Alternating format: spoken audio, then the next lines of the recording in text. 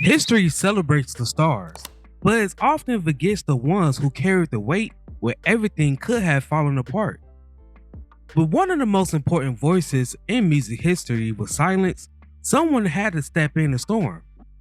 She didn't just replace a legend, she preserved a legacy, and without her, the Supremes may not have survived. The centerpiece of today's video is all about Sydney Birdsong. Now before we start, let's be sure to leave a like on the video, subscribe to the channel, and push that notification bell to be sure you won't miss out on any more uploads. Now without further ado, let's cue that intro.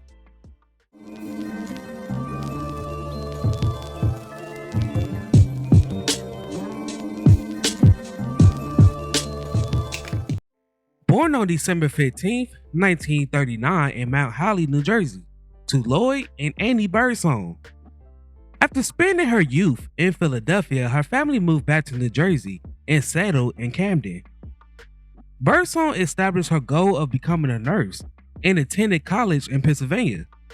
When she returned to Philadelphia in 1960, she was approached by an old friend, Patsy Holt, who came to her and asked her to replace Sandra Tucker in her singing group. Birdsong was the oldest member at 20 years old, while the rest of the members were still in their mid-teens. After a year of performing at Julie sock hops, and school functions, the group, who was then managed by a respected music manager, Bernard Montague, who later managed several other Philadelphia-based groups such as the Stylistics and the Delphonics. They signed their first contract with Harold Robinson's MOTOWN Records in 1961. After nearly rejecting the group, mainly due to the fact that he was not impressed with Holt's appearance, Robinson changed his mind after hearing the group sing. This prompted Robinson to sign the group and changed both the group's name and Holt's name from Patsy Holt to Patti LaBelle, and the group had changed their name from the Ordettes to the Bluebells. The group landed their first hit with the song I Sold My Heart to the Junk Man that was released in 1962. Yes, I did, and I never fall in love again. The group went on to release another single, Down the Aisle.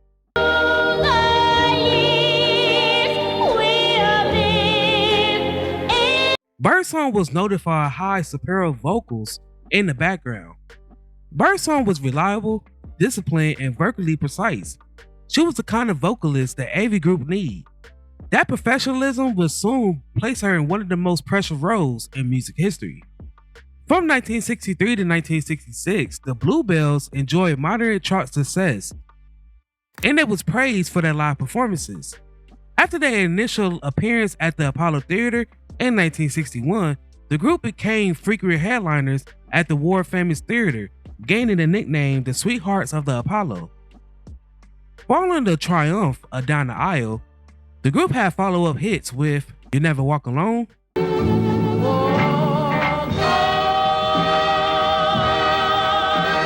and Danny Boy.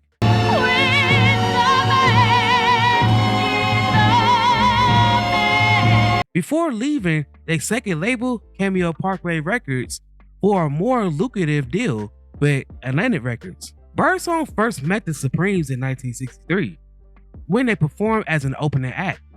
Patti LaBelle had stated a rivalry formed between the two groups after the Supremes were spotted in the same store as LaBelle, and her group members were shopping for performance attire. The group members alleged that they became enraged when the Supremes appeared on stage wearing the same clothing as them. The Bluebells had some success after joining Atlantic Records in 1965. They recorded two successful albums with 1966 Over the Rainbow and 1967 Dreamer. They scored charted success with hits such as All of Nothing,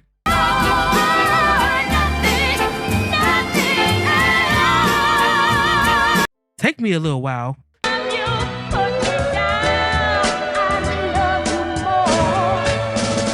and I'm Still Waiting. I don't care how long it takes. In 1967, Motown faced a crisis. Florence Ballard, a founding member of the Supremes, was struggling personally and professionally. Behind the scenes, tensions was tight. and the group's future was uncertain. Birdsong began to appear as a stand-in vocalist for the Supremes when Ballard was out. Berry Gordy then made a decision that would change the music industry. Sydney Birdsong was quietly recruited into the group almost overnight. She wasn't walking into opportunity, she was walking into controversy. And the world was watching. Birdsong unexpectedly quit the Bluebells to join Diana Ross and the Supremes as Ballard's official replacement. Birdsong said that the members of the Bluebells was very upset with her for not notifying them, and they refused to speak with her for years. Later, the group changed their name to LaBelle and embraced the funk and rock music. They released the song Can I Speak to You Before You Go to Hollywood, which was allegedly about Birdsong. Joining the Supremes meant stepping into an impossible comparison. Florence Ballard was beloved, fans was emotional, and Sydney became the visible symbol of painful transition. Night after night, she faced audiences who didn't want change, and sometimes they became openly hostile. But Birdsong didn't respond with ego or rebellion. She showed up, sang her part, and kept the show moving. In a moment where chaos could have destroyed the group, Sydney provided stability. For her first 2.5 years as a Supreme, the majority of the Supremes' most recent hits did not feature Birdsong vocals, except for guest appearances on various collaborations with the Temptations. When Diana Ross left the Supremes in 1970, the pressure intensified. The group's global fame has been built around one face, and now the world questioned whether the Supremes could survive without her. Sydney Birdsong became part of that lineup that carried the group into a second era. Alongside Mary Wilson and Jean Terrell, this wasn't about chart dominance anymore, it was about survival. Through lineup changes, shifting musical trends, and reduced industry support, Sydney helped keep the Supremes functioning, touring and recording, and of course, representing Motown worldwide. In this new group, both Mary and Sydney voices could be heard more.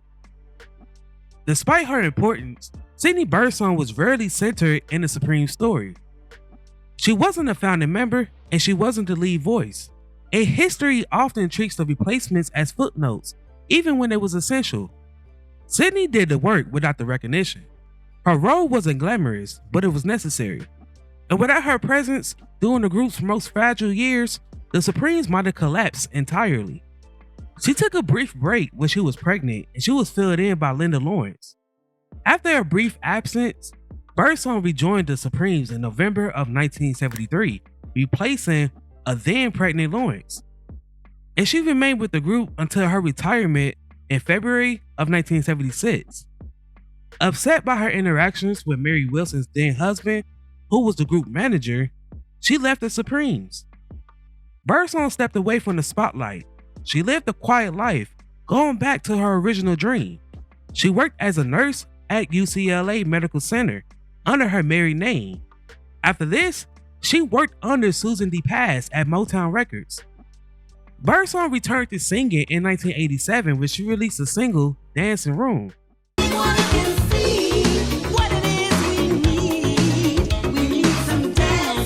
Other tracks was demoed, but they wasn't published. Birdsong and former Supremes Mary Wilson and Diana Ross reunited for a one-time appearance at the Motown 25 anniversary television special in 1983. Birdsong was a founding member of the former ladies of the Supremes alongside Jean Terrell and Sherry Payne, but she departed to pursue a solo career. And she was replaced by Linda Lawrence once again.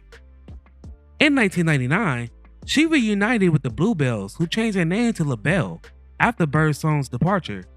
For the first time in 32 years to collect an R&B Foundation Award for a Lifetime Achievement, they sung You Never Walk Alone together. Birdsong performed a medley of Supreme's tunes for the Motown 45th Anniversary television special in 2004, alongside former Supreme Mary Wilson and singer Kelly Rowland. As of this recording, Sydney is currently a preacher in Los Angeles. Today, Sydney Birdsong's role is being reconsidered, not as a replacement, not as a footnote, but as a stabilizer, a professional who stepped in one of the most difficult roles in music history and handled it with grace. She represents the women who held iconic groups together even when the spotlight moved on. And her story reminds us that legacies aren't always saved by the stars. Sometimes they're saved by those who are willing to stand in the quiet fire. Now, before we go, I have a question for you all. What is your favorite Birdsong Supreme era song? Before I go, I want to take a second to promote my Discord. Over here, I provide a safe space for my supporters. We discuss music of all genres. You can provide me feedback on recent uploads, etc. If that interests you, then go ahead and check me out. The link is in my bio. While I have y'all here, if you would like to support the channel further, then feel free to become a member. By doing so, you help make these videos possible. I thank each and every one of you who supported me along this journey.